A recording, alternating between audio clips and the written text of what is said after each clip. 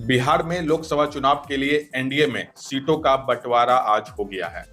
लेकिन उसमें सबसे चौंकाने वाली बात है कि पशुपति पारस को आउट कर दिया गया है। अब सब कुछ स्पष्ट हो गया है कि किस लोकसभा का सीट किस पार्टी के खाते में गया है। बीजेपी 17 लोकसभा सीटों पर चुनाव लड़ रही है।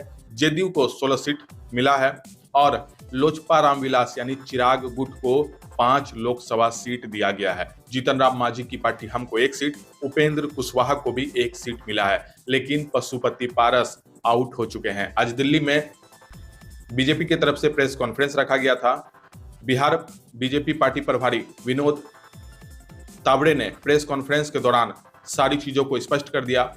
किस पार्टी को कौन कौन सा लोकसभा सीट दिया गया है, सारी चीजों की जानकारी आज सामने आ गई है। लेकिन सबसे बड़ा जो चौंकाने वाला बात रहा कि पशुपति पारस को एक भी सीट नहीं मिली है। अब सबकी नजर पशुपति पारस पे है, क्योंकि पशुपति पारस कह चुके हैं कि जब एनडीए की तरफ से लिस्ट जारी किया जाएगा उसके बाद पशुपति पारस कोई निर्णय लेंगे।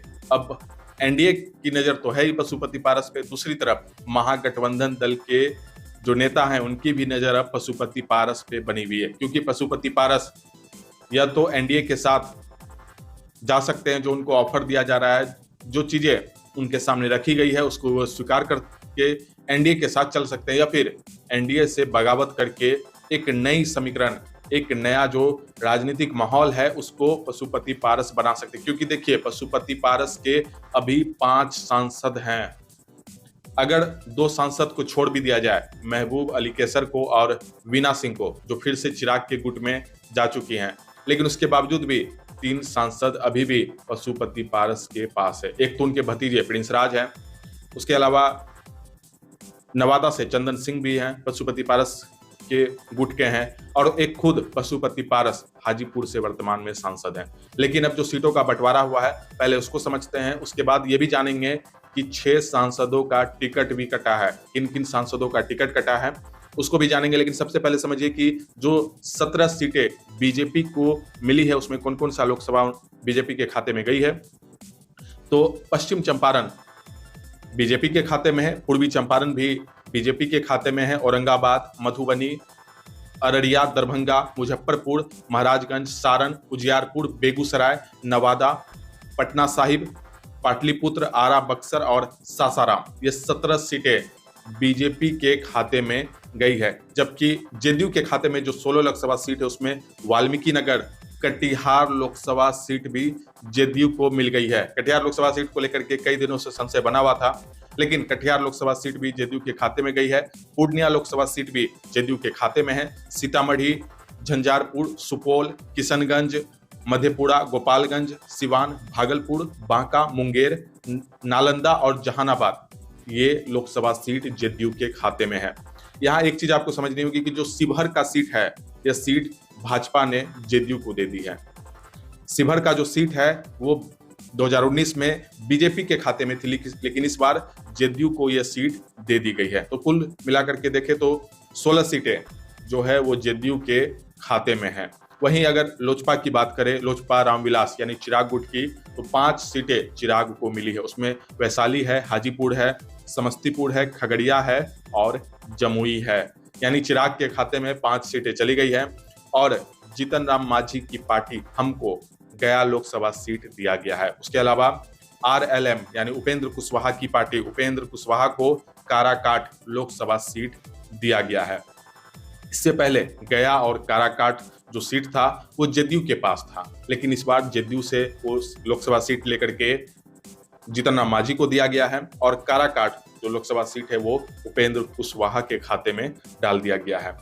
लेकिन अब समझते हैं कि जो 6 सांसदों का टिकट कटा है उसमें कौन कौन से शामिल है। सबसे पहले आपको बता दें कि शिवहर, चूंकि शिवहर 2019 में बीजेपी के खाते में था, अब वो जेडीयू के खाते में चला गया है। तो जो वहां से सांसद है अब उनके जगह कोई नए चेहरे को वहां से उतारा जाएगा।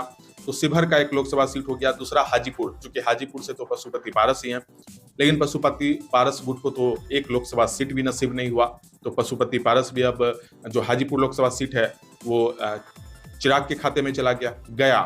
गया जेडीयू के खाते में था 19 में, अब यह जो है जीतन राम मांझी के पास चला गया है। तो यहाँ भी नए चेहरे को उतारा जाएगा। जो वहां के सांसद है उनका टिकट अब कट गया है। उसके अलावा काराकाट भी जेडीयू का था, अब जो है वो उपेंद्र कुशवाहा के खाते में है। वहां भी नए चेहरे को नया चेहरा सामने आएगा। उसके अलावा समस्तीपुर लोकसभा सीट भी जो है पशुपति पारस गुट के पास था।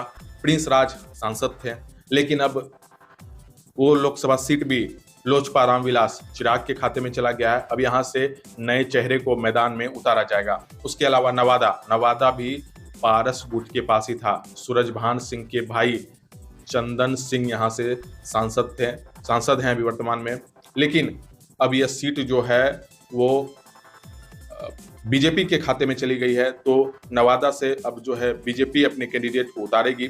तो इन 6 लोकसभा सीटों पे अब नए चेहरे देखने मिलेंगे, क्योंकि ये 6 लोकसभा सीट जो है 2019 में अलग अलग पार्टियों के पास थी, एनडीए घटक दल में अलग अलग गुट के पास था। लेकिन इस बार जो समीकरण है वो बदल गया है, चूंकि जिसके खाते में 2019 में थी उसे बदल करके किसी दूसरे पार्टी को दे दिया गया। तो जो ये 6 लोकसभा सीट है इस पे नए चेहरे, नए कैंडिडेट होंगे, क्योंकि जिस पार्टी का सांसद है उस पार्टी को शेयरिंग में वो सीट नहीं मिली है, जिस कारण से जो नए कैंडिडेट हैं वो इस लोकसभा सीट पे, इन सारे लोकसभा सीट पे देखने के लिए मिलेंगे।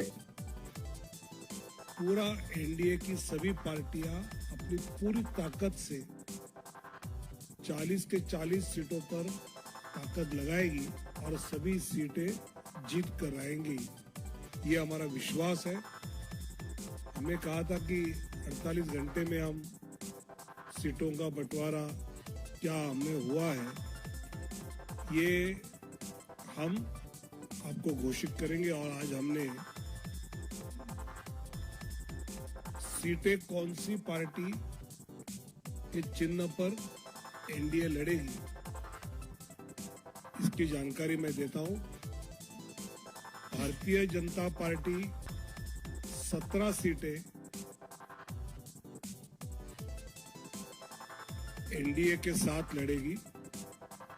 जनता दल यूनाइटेड 16 सीटों पर एनडीए के साथ लड़ेगी।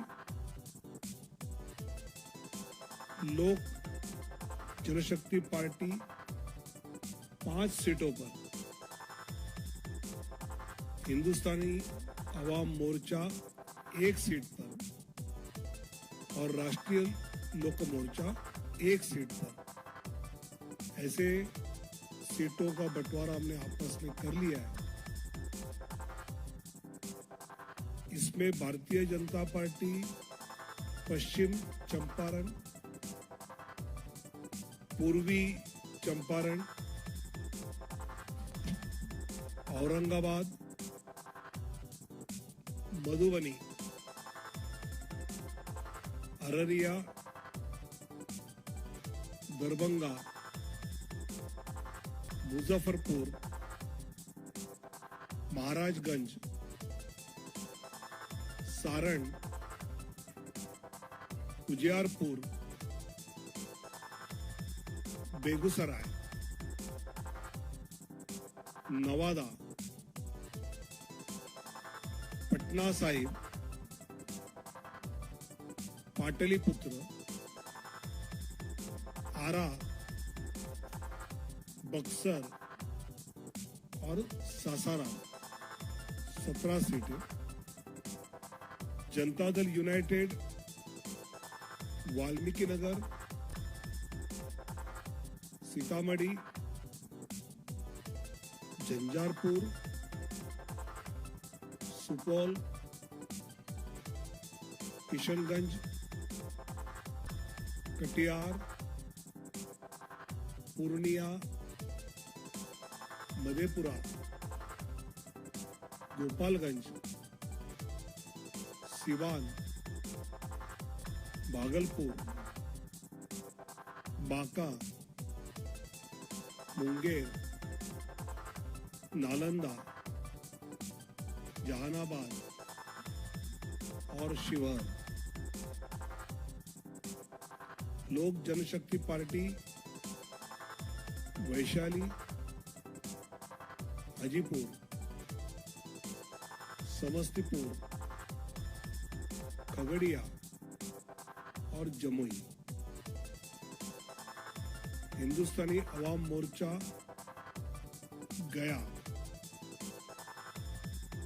और राष्ट्रीय लोक मोर्चा काराकाट, ऐसे 40 सीटों पर एनडीए बिहार में मजबूती से आने वाले चुनाव लड़ेंगे। अब बात करते हैं पशुपति पारस की। तो देखिए, पशुपति पारस को तो एक भी सीट नहीं मिला। खबर चल रही थी कि उन्हें राज्यपाल बनने का ऑफर दिया जा रहा है। अब पशुपति पारस के खेमे में गेंद है कि वो एनडीए के साथ उनके ऑफर को स्वीकार करके चलेंगे, क्योंकि पशुपति पारस लगातार ये दावा करते हैं कि वो एनडीए के पुराने साथी हैं, एनडीए से बगावत की वो नहीं सोच सकते। लेकिन अब पशुपति पारस ने हाल फिलहाल के दिनों में मीडिया से ये भी कहा कि जब बीजेपी लोकसभा सीट को लेकर के पूरी तरह से जो स्पष्टीकरण है वो जारी कर देगी, लिस्ट जारी कर देगी, उसके बाद जो निर्णय होगा वो लेंगे। क्योंकि पशुपति पारस पे अब नजर महागठबंधन की भी है, क्योंकि पशुपति पारस को लेकर के ही महागठबंधन की तरफ से भी कई चीजों को रोक करके रखा गया था कि जब बीजेपी की तरफ से सारी चीजें स्पष्ट होंगी तो पशुपति पारस का निर्णय जो होगा उस हिसाब से फिर आगे की राजनीति, जो आगे का राजनीतिक माहौल है वो तय होगा। क्योंकि अभी इंडिया अलायंस की तरफ से जो सीट शेयरिंग का फॉर्मूला है उसे सार्वजनिक रूप से पेश नहीं किया गया है। तो पशुपति पारस को एक बड़ा झटका लगा है और एक भी सीट इस बार पशुपति पारस के खाते में नहीं गई है।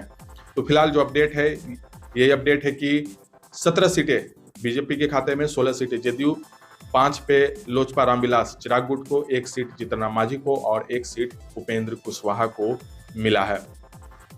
इन सारे लोकसभा सीटों को लेकर के आपकी क्या राय है, वीडियो के कमेंट बॉक्स में जरूर लिखें। अगर आप इस पूरी खबर को हमारे यूट्यूब चैनल पे देख रहे हैं तो चैनल को सब्सक्राइब कर ले। अगर आप फेसबुक पेज पे देख रहे हैं तो हमारे पेज को फॉलो कर ले। वीडियो देखने के लिए धन्यवाद।